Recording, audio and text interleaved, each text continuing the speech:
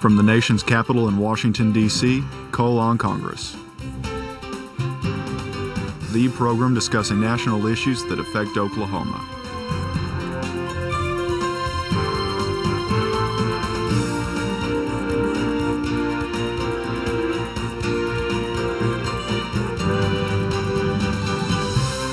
Your host, U.S. Representative Tom Cole. Thank you for joining me today for another episode of Coal on Congress. Today I'm pleased to welcome my good friend Congressman John Sullivan to the program. John's represented Tulsa in the 1st District for a number of years. Actually came in a special election in 2002. He's a leader on energy issues, serving on the Energy and Commerce Committee as Vice Chairman of the Subcommittee on Energy and Power. And John, I can't tell you really what a personal pleasure it is for me to have you here. And I usually try and start out with something personal, and you know, people always think, well, they've been in Congress and they've worked there, but I had the opportunity to work with you a long time before that. When you won in that great 1994 election, you were a young state representative, and I can't tell you how glad Frank Keating and all the rest of us on Team Keating were to see you guys, because you actually gave us the ability to sustain veto. You and your colleagues that year, you know, picked up 5 seats, and all of a sudden we went from 31 to 36, and you guys were in the policy-making business. Right. And when we had some really big issues on energy, and I particularly, frankly, remember the critical role you played on Indian issues, particularly in helping settle the Indian fuels tax bill. You were an incredibly important part of that. So you've been doing this for a long time for such a young guy, partner, so it's good to have you here. Well, thanks, Tom, for having me on Coal on Congress. It is an honor, and it's always good to work with you or be with you. I do remember those times. That was a great time. And actually learned a lot from you, Tom, and Frank Keating, learned a lot from him. And we could only sustain the governor's veto. We thought we were big stuff back then. You were big stuff. And we were able to do stuff. Now they're really doing a lot of things. But, you know, I think you had a lot to do with the Republican Party in our state becoming the dominant party it is. If it wasn't for you, Tom, I don't think we'd be where we are today. You're kind to say that. I don't That's think truth. so. A lot of people, and you were one of them, made that happen. But those were very special days. But, you know, it's kind of special days here. That's right. And I'm going to get into that in a minute.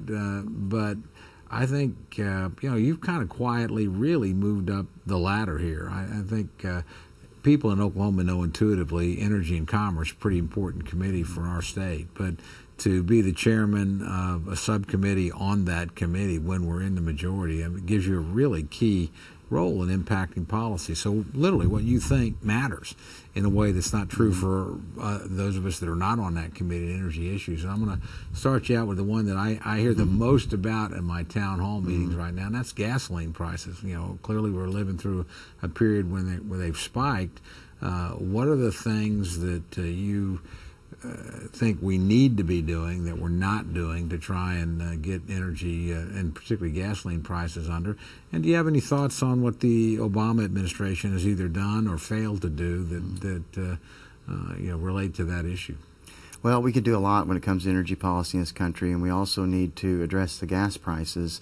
You know, Tom, I hear that too going home. You know, $4 or $5 a gallon gasoline, and filled my wife's car up before I left, and it was like $88. I was shocked. You know? That's a lot of money. When you remember, that's good. That's a lot of money, and so people are feeling that right now. And what can we do in Congress to help that?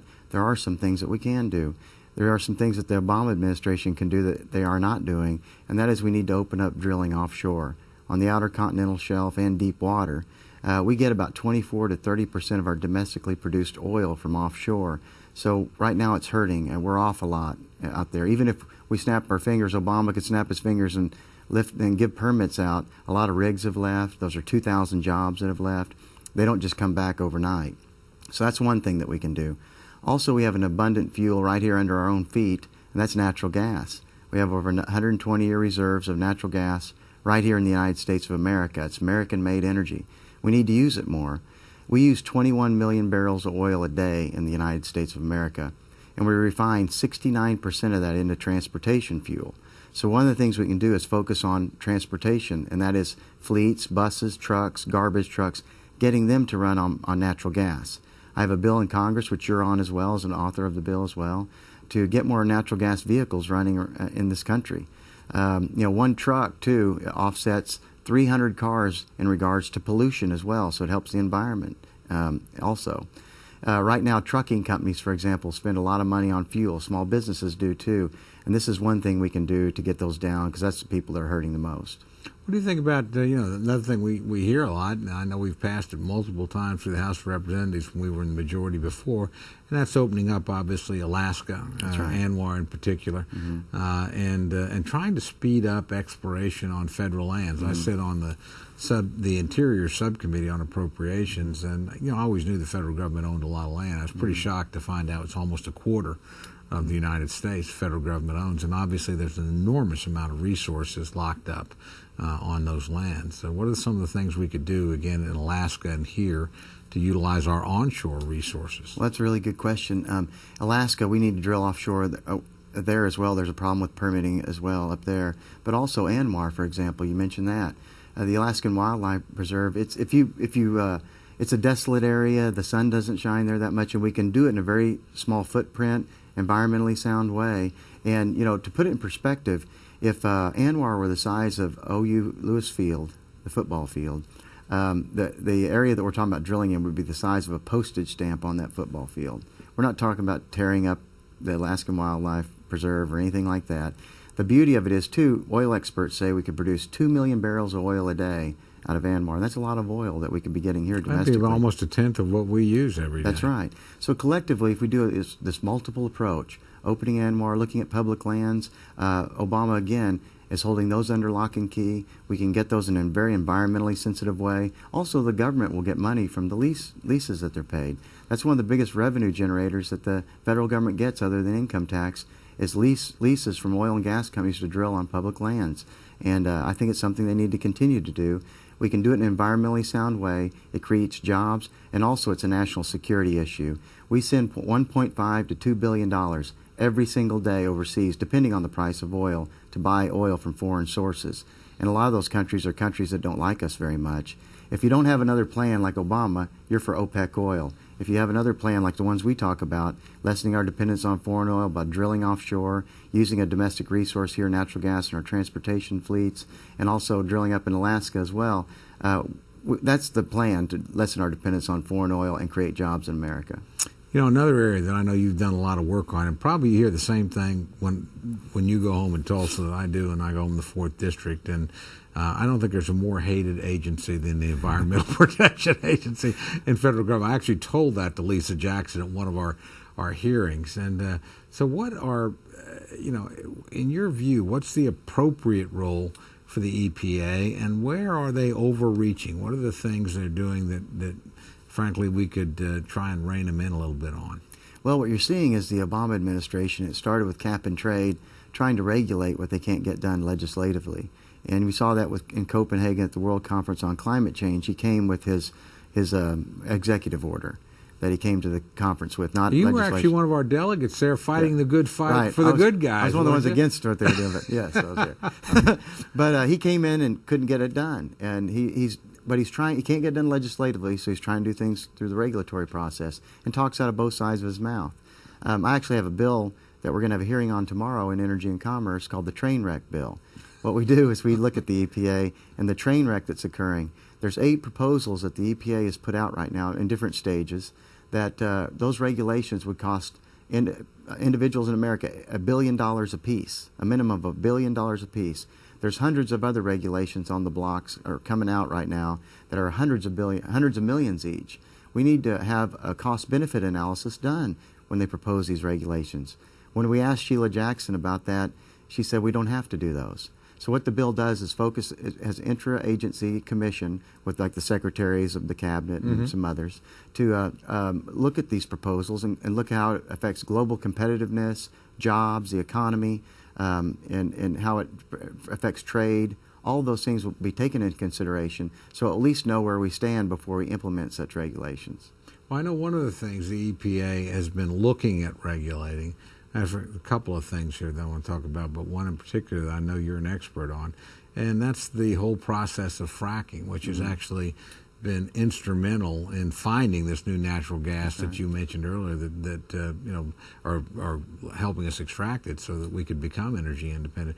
What's your viewpoint on whether or not we need a national program regulating hydraulic fracturing, to use the appropriate term? Well, I think that hydraulic fracking is something that's really helped us get the gas, like you said. We need to make sure that we get out the truth about what's happened with hydraulic fracking. It's been occurring in the United States since the 50s. There's been over 1 million hydraulic fracks in the United States of America, and there's not one instance, not even one instance, where they found where it's leaked into groundwater. What you're talking about is people drilling. Groundwater is about 100 to 300 feet below the surface. If you get any deeper than that, it's salt water.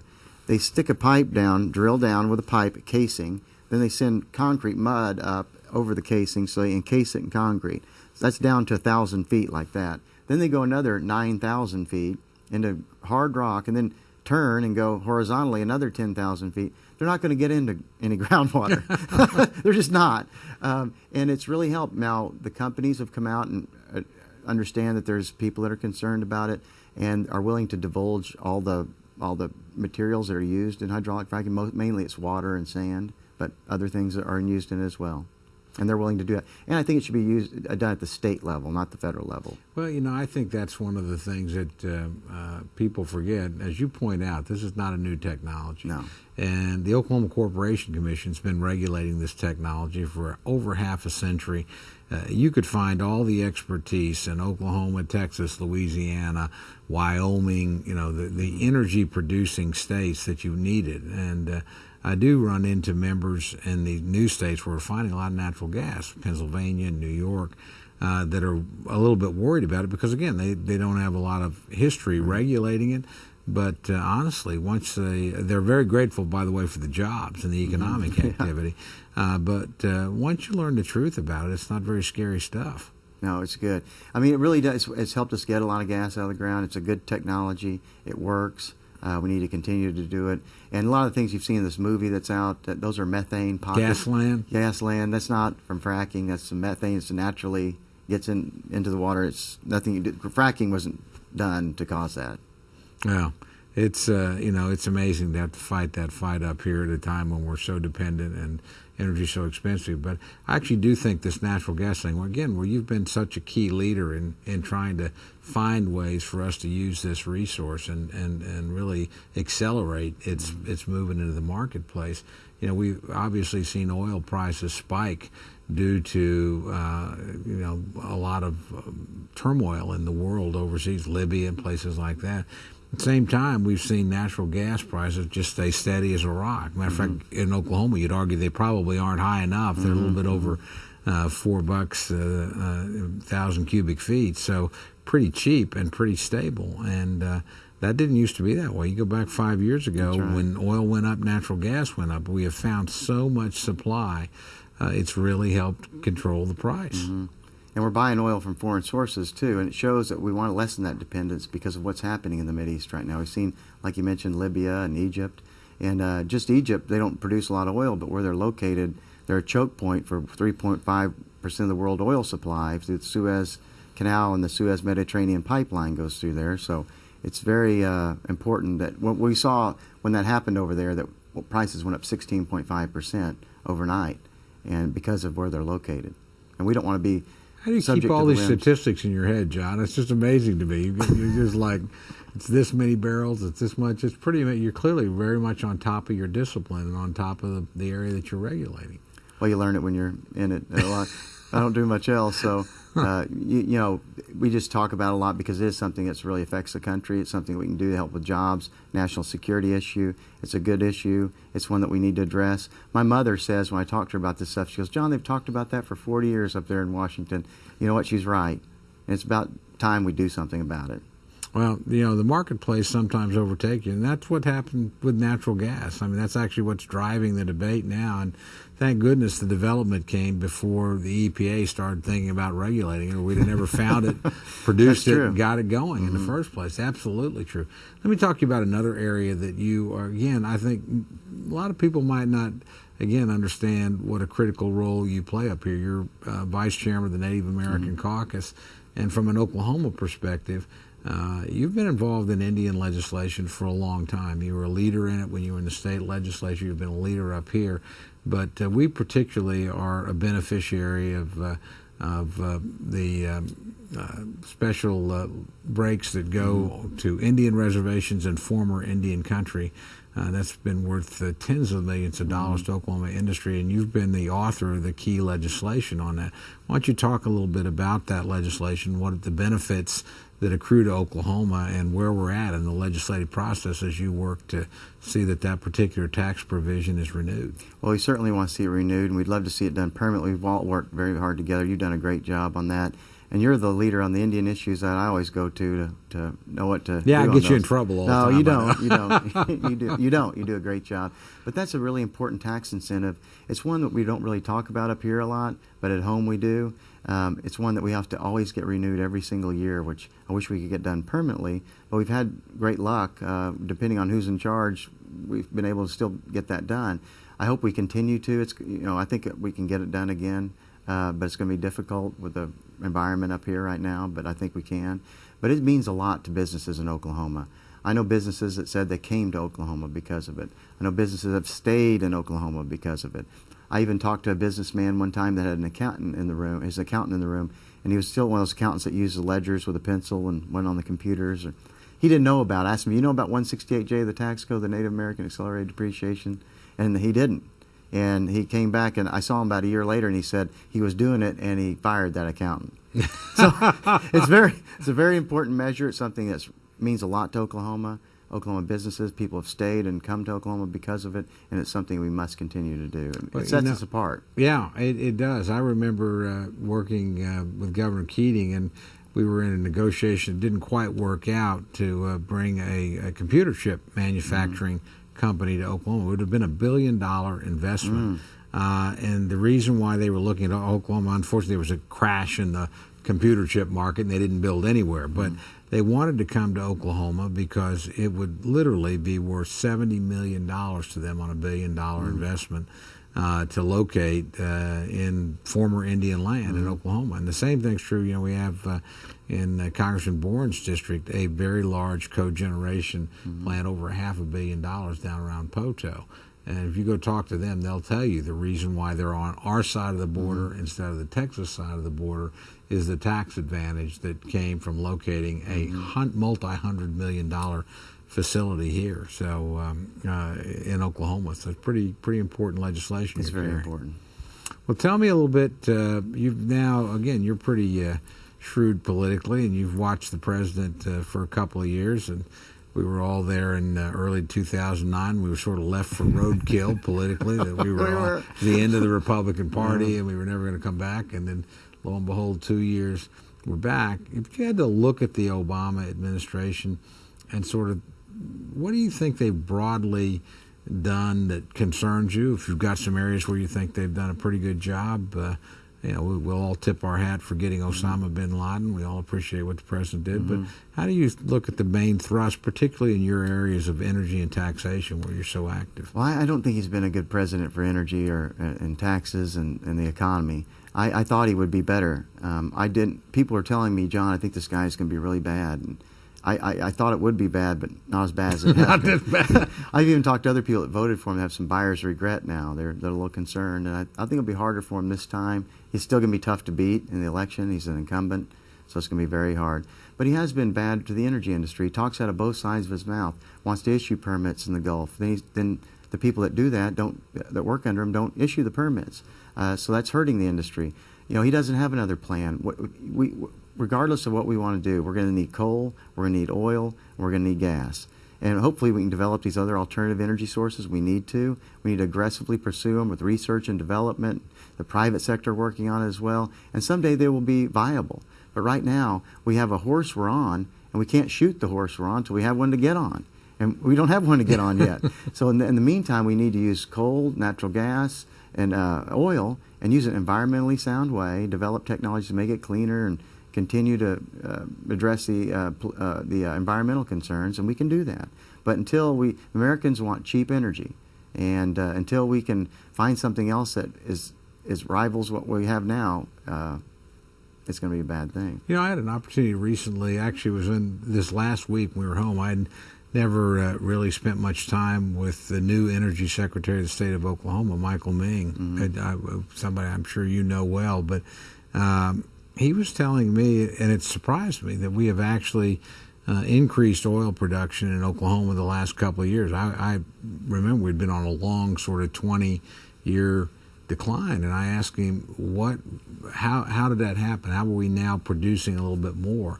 And he said, unconventional oil, there's enormous opportunities in Oklahoma. We still have an awful lot of oil in the ground. As he said, the majority of the oil, 2/3 of the oil that Oklahoma ever had is still there. We just we were not very good about how we pumped it out in the early days, and but now everything from CO2 injections and things like that, he's beginning to see a return, an increase in oil production, and that's been true across the country.